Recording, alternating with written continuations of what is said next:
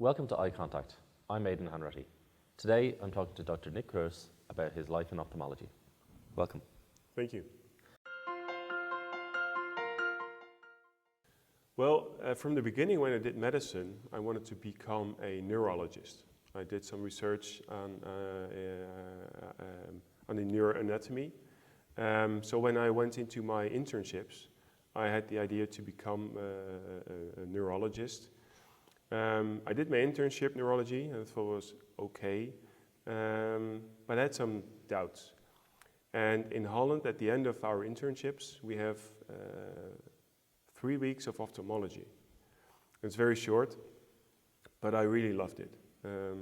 I loved that you have the optics, some physics with that. You see the patient yourself, you examine the patient, and you also treat the patient, either medically or surgically. So I was really positive about ophthalmology. And I came across Hans Lemay, who was a glaucoma specialist at the Rotterdam Eye Hospital, where I did my internship. And we had a similar background. He also did a PhD on neuroanatomy and physiology, similar to what I did as a research when I was a medical student. So, and he was looking for a PhD student. And then I just stayed. And that was my beginning in ophthalmology.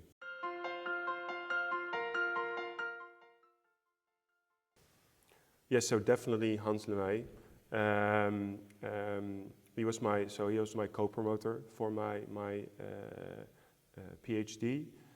He really taught me how to think critically and write sensibly, but also how to do research.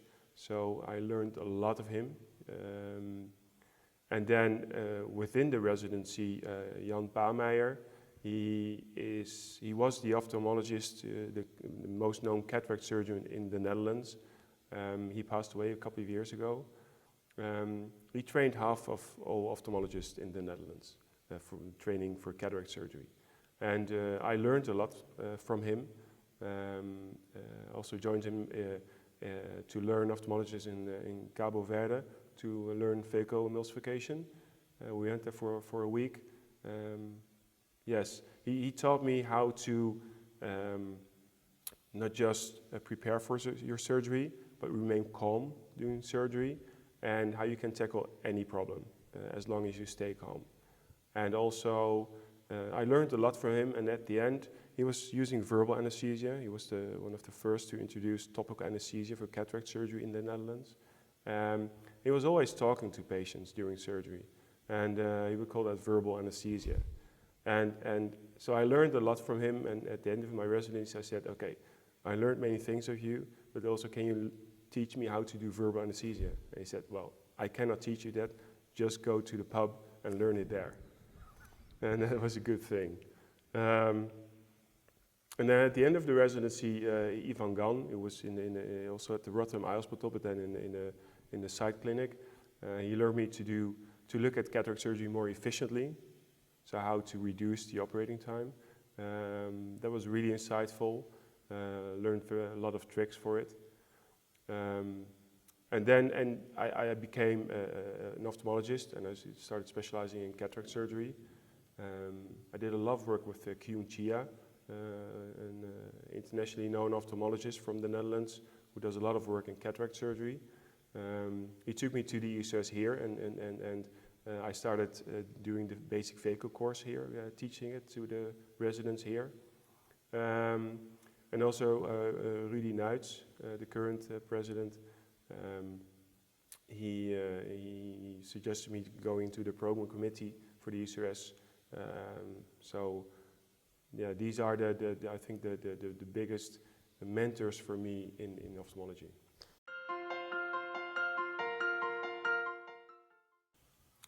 To many people. First of all, my own colleagues in the hospital where I work in. We have a very good bond. We are with 12 ophthalmologists. So first I often go to them to ask what they would do and get some feedback. We also ask like Rudy Nuits or Ruti Lapid from the Netherlands. But also other people I know from the ECRS. I mean, being in the ECRS, it's very helpful that you know many people and you just can send an email or talk to them at the Congress and ask a question. So there are many people that I tend to ask to, yeah.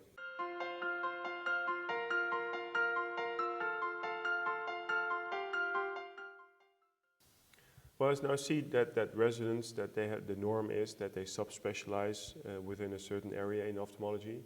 And I think that's very good because the quality of your work will improve if you have a subspecialty.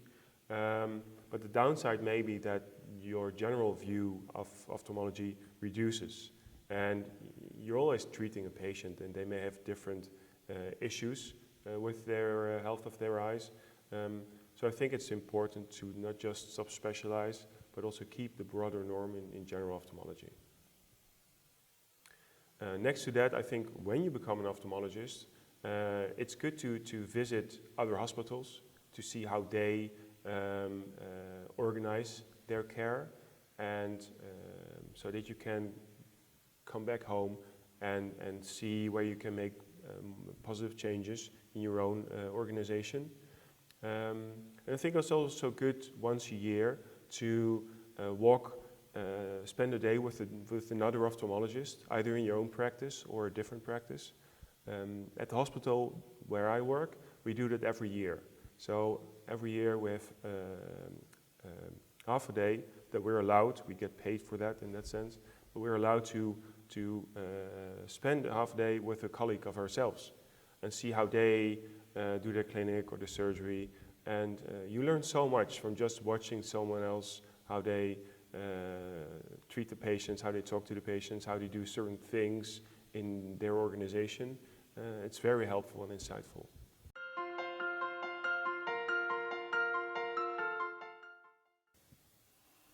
Well, it's exciting times, but I think it's been exciting times ever since the first start of humankind. But things that are very interesting, I think, with cataract surgery are development of bilateral cataract surgery. I think that will be a major thing. You see every half a year, you see new lenses come out on the market, especially, of course, the extended depth of focus lenses and trifocal lenses. And you see new optical techniques to deliver near vision or intermediate vision while reducing side effects, optical side effects. So that's a thing that will gain enormous power in a couple of years. Reshaping lenses with a femtosecond laser to either change the optic power or the multifocality of the lens. That's interesting. Of course, artificial intelligence. I mean, we already use that in OCT images for delineating all the different layers, but that will be much more big in the next couple of years. So I think these are the things that will make changes in the next couple of years. There's a lot to look forward to.